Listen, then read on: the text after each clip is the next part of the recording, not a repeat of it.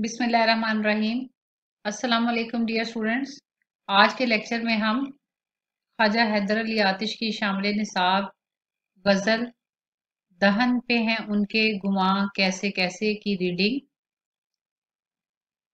और मशकी सवालात का हल सीखेंगे। जी तो स्टूडेंट, सबसे पहले गज़ल की रीडिंग, ताकि आपको अल्फाज के तलफ़ुज़ की अदायगी में किसी किस्म की मुश्किल ना हो। दहन पे हैं उनके गुमां कैसे कैसे, कलाम आते हैं दरमियां कैसे कैसे, ज़मीने चमन गुल खिलाती है क्या क्या, बदलता है रंग आसमां कैसे कैसे, न गोरे सिकंदर न है कब्रे दारा, न गोरे सिकंदर न है कब्रे दारा, मिटे नामियों के निशां कैसे कैसे, दिलो दीदाए अहले आलम में घर है, तुम्हारे लिए है मकां कैसे कैसे, गमो गुस्सा ओ रंजो अंदो हो हरमा, हमारे भी हैं मेहरबां कैसे कैसे, तेरी किल के कुदरत के कुर्बान आंखें दिखाए हैं खुशरू जवां कैसे कैसे, करे जिस कदर शुक्र नेमत वो कम है, मजे लूटती है जुबां कैसे कैसे। तो बेटा, ये वाली गजल जो है ये ख्वाजा हैदर अली आतिश के कुलियात आतिश से ली गई है। ये आपने याद रखना है, इसको आप अंडरलाइन कर लें। ऑब्जेक्टिव में आपसे पूछा जा सकता है कि ये ख्वाजा हैदर अली आतिश की किस दीवान से या किस कुलियात से ली गई है, तो कुलियात आतिश से ये गजल ली गई है। उसके अलावा जैसा कि आपको बताया गया है कि जो गजल का मतला होता है उसके दोनों मिसरे हम काफी और हम रदीफ होते हैं। तो अगर आप यहाँ देखेंगे तो गुमा और दरमिया ये दोनों काफिये हैं, और कैसे कैसे जो है वो इसकी रदीफ है। इसी तरह से आपने पढ़ा कि गजल का आखिरी शेर, उसमें अगर शायर अपना तखल्लुस इस्तेमाल करे तो वो मक्ता कहलाता है, और अगर शायर अपना तखल्लुस इस्तेमाल ना करे तो वो मक्ता नहीं कहलाएगा बल्कि गजल का आखिरी शेर कहलाएगा। तो जैसा कि आपने देखा कि इस गजल के आखिरी शेर में शायर ख्वाजा हैदर अली आतिश ने अपना तखल्लुस जो है वो इस्तेमाल नहीं किया, लिहाजा इसे हम मक्ता नहीं बल्कि गजल का आखिरी शेर कहेंगे। लिहाजा अगर आपसे ये क्वेश्चन पूछा जाए कि इस गजल का मक्ता क्या है, तो इस गजल का जो है वो कोई मक्ता नहीं, क्योंकि गजल के आखिरी शेर में शायर ने अपना तखल्लुस इस्तेमाल नहीं किया। तो सबसे पहले ख्वाजा हैदर अली आतिश के हालात जिंदगी पर एक नजर डालते हैं। ख्वाजा हैदर अली आतिश नाम, आतिश तखल्लुस, फैजाबाद में पैदा हुए। अब आप देखें बेटा कि एक इस सेंटेंस में आपको तीन बातें बताई गई हैं कि ख्वाजा हैदर अली नाम था, आतिश तखल्लुस, और फैजाबाद में पैदा हुए। वालिद का नाम ख्वाजा अली बख्श था। अगर आप पॉइंट्स जहन में अरेंज करके समझ के पढ़ेंगे तो आपसे जो भी कोई एमसीक्यू पूछा जाएगा तो आपको कोई कंफ्यूजन नहीं होगी। आतिश के वालिद इनकी कम उम्री में वफात पा गए थे, इसलिए आतिश की तालीम और तरबियत बेहतर तौर पर ना हो सकी। आतिश ने नवाब मिर्जा तकी खान की मुलाजमत इख्तियार की। लखनऊ के दारुल सल्तनत करार पाने पर नवाब के साथ लखनऊ मुंतकिल हो गए। ये मुसफ़ी और इंशा का ज़माना था। ये आपसे पूछा जा सकता है कि उन्होंने जो है जब लखनऊ के दारुल सल्तनत करार पाने पर नवाब साहब के साथ लखनऊ मुंतकिल हुए, तो ये कौन सा ज़माना था? तो ये मुसफ़ी और इंशा का ज़माना था। आतिश ने मुसफ़ी की शागिर्दी इख्तियार की। आतिश ने शायरी में किसकी शागिर्दी आतिश ने मुसफ़ी की शागिर्दी इख्तियार की। आतिश ने शायरी की में किसकी शागिर्दी इख्तियार की?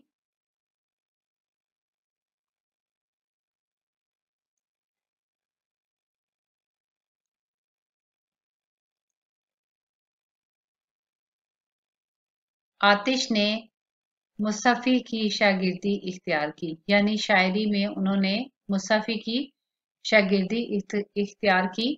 मिजाज में कनात और तवक्कुल था, इसीलिए किसी दरबार से वाबस्तगी इख्तियार नहीं की। आतिश को दबस्ताने लखनऊ का नुमाइंदा समझा जाता है। मगर इनके कलाम में लखनऊ और दिल्ली हर दो दबिस्तानों की खसूसियात पाई जाती हैं। यही बात बेटा उनकी ये शायरी में नजर आती है कि इनके यहाँ खारजी कैफियत दाखिली नशरियत से हम आहंग है।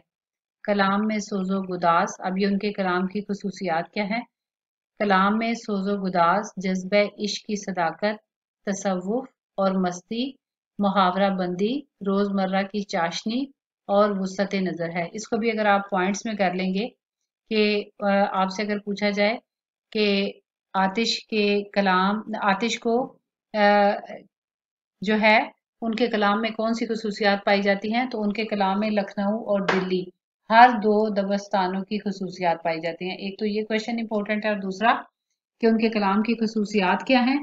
तो ये देखिए नंबर 1 सोजो गुदास, जज्बा इश्क की सदाकत, तसव्वुफ और मस्ती, मुहावरा बंदी, रोजमर्रा की चाशनी और वुसअत नजर। तो ये उनकी कलाम की खसूसियात है। ये भी आपसे शॉर्ट आंसर क्वेश्चन में 2 नंबर का सवाल पूछा जा सकता है और इसी तरह से दूसरा उनके कलाम की जो खसूसियात हैं ये भी आपसे 2 नंबर का सवाल पूछा जा सकता है। इनका लबो लहजा रजाई है और वो हरकत अमल के शायर हैं, इसलिए इनकी आवाज इनके अहद ही की नहीं उर्दू शायरी के तमाम अदवार की आवाज करार पाई है।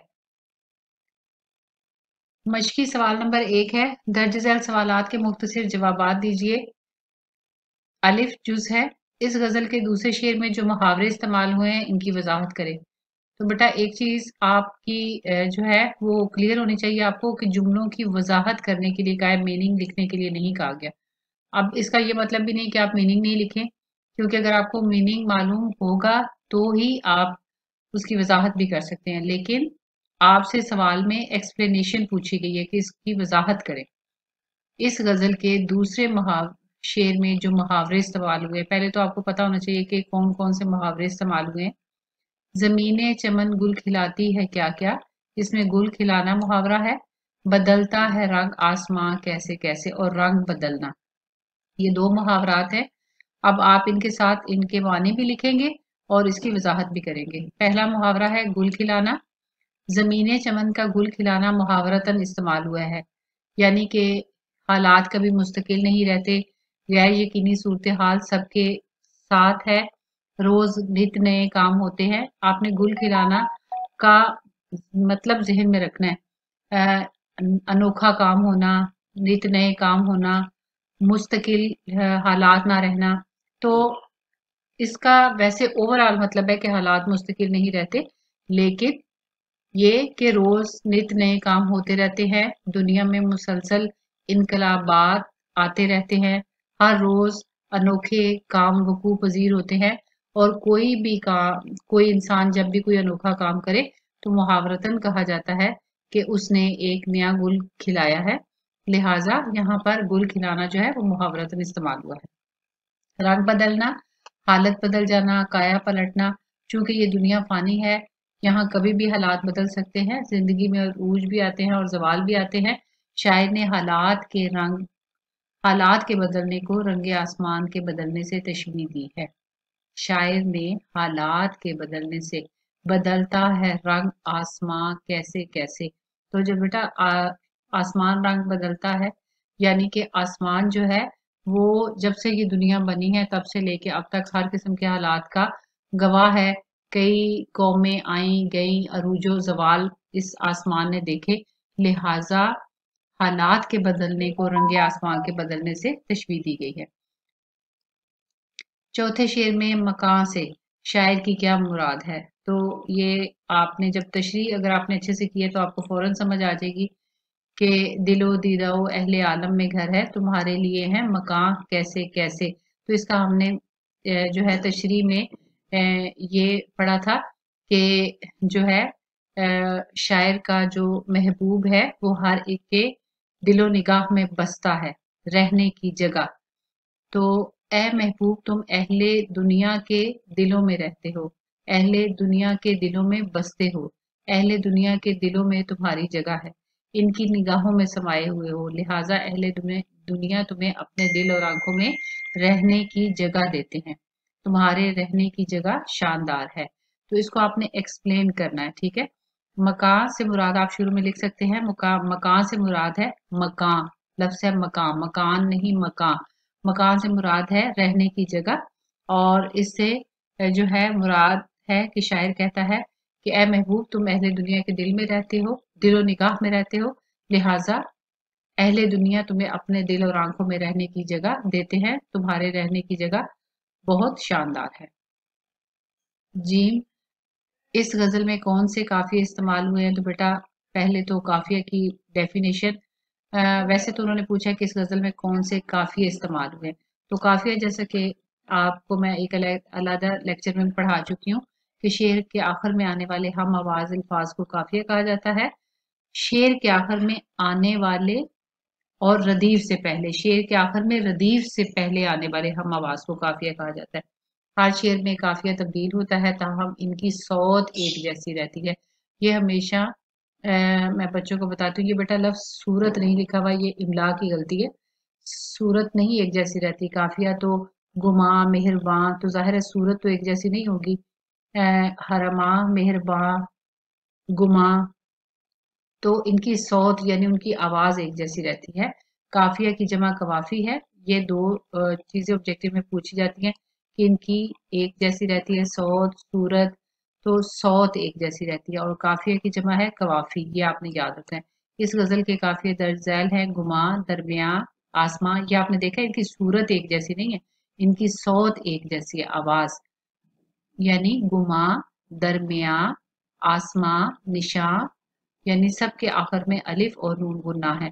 मकाम, मेहरबान, जवां और जुबा। पांचवें शेर में शायर ने किन चीजों को अपना मेहरबान शुमार किया है? गमो गुस्साओ रंजो अंदो हो हरमा, हमारे भी हैं मेहरबान कैसे कैसे।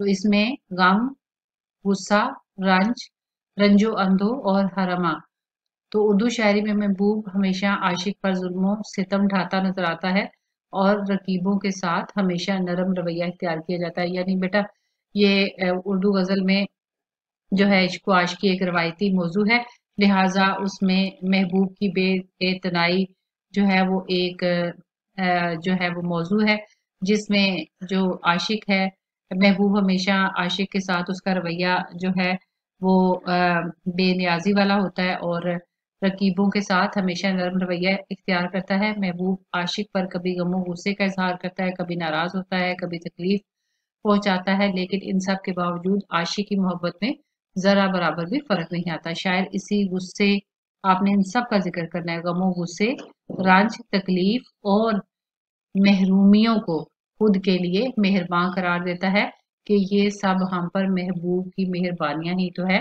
कि ये जो है इन गमो गुस्से, दुख और तकलीफों और महरूमियों ने कभी मेरा साथ नहीं छोड़ा।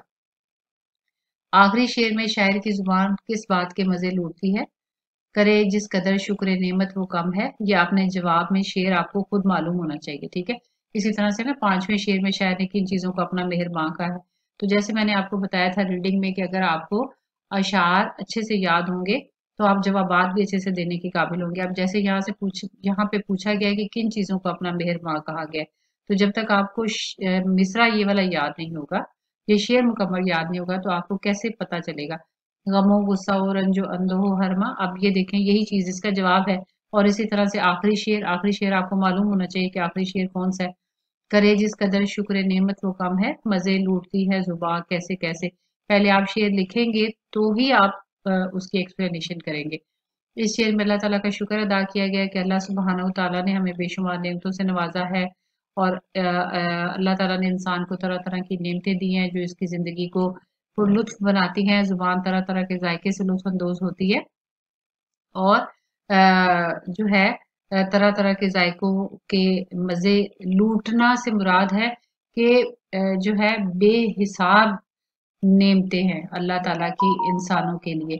इसके अलावा कलाम के मजे भी जुबान ही लूटती है, मगर ये जुबान अल्लाह का शुक्र करने में बुखल से काम लेती है। यह बुखल से काम लेना से मुराद ये नहीं है कि जानबूझ के बुखल से काम लेना, लेकिन ये है कि इंसान की आदत में शामिल है कि वो शुक्र अदा नहीं करता, बल्कि मजीद से मजीद जो है वो तर की तलाश में रहता है। हालांकि अल्लाह ताला की जितनी हम पर नेमतें हैं, अगर हम उन पर गौर व फिक्र करें तो जितना भी हम शुक्र अदा करें वो कम है, और अल्लाह ताला की नेमतों का शुक्र और उसका हक हम अदा नहीं कर सकते। जी बेटा, सवाल नंबर 2 है। तलमी अरबी जुबान का लफ्ज है जिसके मानी इशारा करना या चटती सी निगाह डालना है। अगर नज्म या नसर में किसी मशहूर रवायत, तारीखी किस्से या वाक़े की तरफ 2-3 अल्फाज में इस तरह इशारा किया जाए कि उन अल्फाज को पढ़ने से वो पूरा वाक़या ज़हन में आ जाए, तो इसे तलमी कहा जाता है। आप आतिश के शेर पर गौर करें और बताएं कि इसमें किस तारीख, रवायत या वाक़े की तरफ इशारा किया गया है। न गोरे सिकंदर न है कब्र दारा, मिटे नामियों के निशान कैसे कैसे। जी तो बेटा, इस शेर में 2 तलमीहात का इस्तेमाल किया गया है, गोरे सिकंदर और कब्र दारा। यानी अब ये 2 लफ्ज पढ़ने से हमारा हमारे ज़हन में तारीख के पूरे 2 वाक़यात आ जाते हैं। इस शेर में शायर ने 2 तलमीहात का ज़िक्र किया है, सिकंदर और दारा। सिकंदर, सिकंदर आज़म मकदूनिया यूनान का बादशाह था। इसने नहायत कम अरसे में दुनिया फतह कर ली थी, लेकिन सिर्फ 34 साल की उम्र में इस दुनिया से रुखसत हुआ।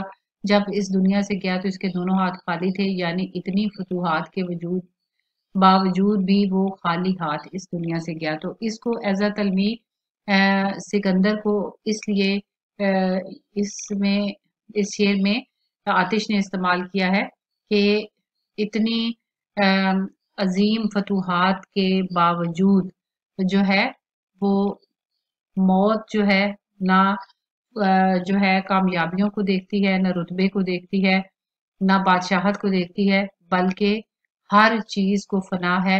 अगर किसी कोई जात जिसको बका है तो वो सिर्फ और सिर्फ अल्लाह ताला की जात है, जो कि हमेशा से है और हमेशा बाकी रहेगी। बाकी हर चीज फानी है। इसी तरह से दारा, दारा ईरान का फातेह और अजीम बादशाह था। दारुशिकवा अपनी जहानत और इंतजामी सलाहियतों और तामीरात के शाहकार के बायस मशहूर था। महज 28 साल की उम्र में बादशाह बनने वाला दारुशिकवा एक अजीम बादशाह साबित हुआ, मगर आज वो भी इस दुनिया से जा चुका है।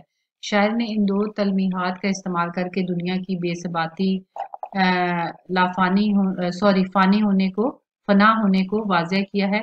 यानी अगर इतने अजीम बादशाह दुनिया से खाली हाथ गए हैं, तो यहाँ कुछ भी मुस्तकिल नहीं, हर चीज को फना है और सिर्फ बाकी रहने वाली दायमी ज़ात जो है वो अल्लाह ताला की है। जी तो बेटा, सवाल नंबर 3 है। दर्ज झैल तराकीब का मफहूम लिखें। ज़मीन चमन यानी दुनिया का बाग, दुनियावी जिंदगी, इससे मुराद दुनियावी जिंदगी है। दिलो दीदा, दिल और आंख, दिल और दीदा मैंने आपको पहले भी बताया था। आंख को कहते हैं दिलो दीदा, दिल और आंख। अहले आलम, दुनिया वाले, दुनिया के लोग। अंदोहो हरमा, अंदोह कहते हैं दुख, और अंदोहो हरमा दुख और रंज और महरूमी। अंदोह दुख और रंज, हरमा कहते हैं महरूमी को। तेरी कल के कुदरत, कुदरत का कलम। सवाल नंबर 4 है। इस्तारे के लफ्जी मानी उधार लेने के हैं। इल्मे बयान की रूह से अगर कोई लफ्ज अपने हकीकी मानों की बजाय मजाजी मानों में इस तरह इस्तेमाल हो कि इसके हकीकी और मजाजी मानों में तशबीह का ताल्लुक हो। आप आतिश के दर्ज झैल शेर पर गौर करें और इस्तारों की निशानदही करें। सिर्फ निशानदही करनी है आपने। दिलो दीदाए अहले आलम में घर है, तो इसमें बेटा दिलो दीदा जो है वो इस्तारा है। अगला सवाल है। मक्ता का लफ्ज कता से बना है। कता के मानी है काटना। शायरी में जैसे आप उर्दू में पढ़ते हैं कता ताल्लुक, यानी ताल्लुक खत्म करना, तो कता से मुराद है काटना। शायरी में गजल का आखिरी शेर, यानी जहां पर गजल का इख्तिताम हो जाता है, जिसमें शायर अपना नाम या तखल्लुस इस्तेमाल करे, मक्ता कहलाता है। अगर आखिरी शेर में शायर अपना नाम या तखल्लुस इस्तेमाल ना करे तो इसे आखिरी शेर कहेंगे, मक्ता नहीं। अभी जैसे मैंने गजल की रीडिंग के दौरान आपको बताया भी था और समझाया भी था, और आपने मिसाल के तौर पर देखा कि आतिश की इस गजल में आखिरी शेर में शायर ने अपना तखल्लुस इस्तेमाल नहीं किया। आखिरी शेर था कि करे जिस कदर शुक्र नेमत वो कम है, मजे लूटती है जुबां कैसे कैसे। तो उसमें शायर ने अपना तखल्लुस इस्तेमाल नहीं किया, इसलिए इसे हम मक्ता नहीं बल्कि गजल का आखिरी शेर कहेंगे। आतिश की इस गजल के आखिरी शेर में तखल्लुस या नाम नहीं आया, इसलिए इस गजल का कोई मक्ता नहीं है। दर्ज झैल में कुछ अशार दर्ज हैं बेटा, ये एक्टिविटी है, सरगर्मी दी गई है। तो दर्ज झैल में कुछ अशार हैं जिनमें से आप मक्ता की निशानदेही करें, यानी मक्ता की शिनाख्त करें कि इन अशार में कौन सा शेर जो है वो मक्ता है और कौन सा मक्ता नहीं बल्कि आखिरी शेर है। इब्तदाए इश्क है रोता है क्या, आगे आगे देखिए होता है क्या। जी तो बेटा आप इस पे गौर करें, ये मक्ता है या गजल का आखिरी शेर। शाबाश। जी तो बच्चों इसमें शायर ने अपना तखल्लुस इस्तेमाल नहीं किया, लिहाजा ये मक्ता नहीं बल्कि गजल का आखिरी शेर कहलाएगा। शेर नंबर 2 है, क्यों सुने अर्ज़े मुस्तरिब मोमिन, सनम आखिर खुदा नहीं होता। क्यों सुने अर्ज़े मुस्तरिब मोमिन, सनम आखिर खुदा नहीं होता। जी तो बच्चों ये मक्ता है, क्योंकि इसमें शायर ने अपना तखल्लुस यानी मोमिन इस्तेमाल किया है। ये मोमिन खान मोमिन का शेर है, मोमिन खान मोमिन की गजल का मक्ता है। बनाकर फकीरों का हम भेस गालिब, तमाशाए अहले करम देखते हैं। तो ये भी मक्ता कहलाएगा, इसमें गालिब जो है वो तखल्लुस है। जुगनू को दिन के वक्त परखने की जिद करें, बच्चे हमारे अहद के चालाक हो गए। जी तो बच्चों गुड, वेरी गुड। ये मक्ता नहीं बल्कि गजल का सॉरी नज्म का आखिरी शेर होगा, क्योंकि इसमें भी शायर ने अपना तखल्लुस इस्तेमाल नहीं किया।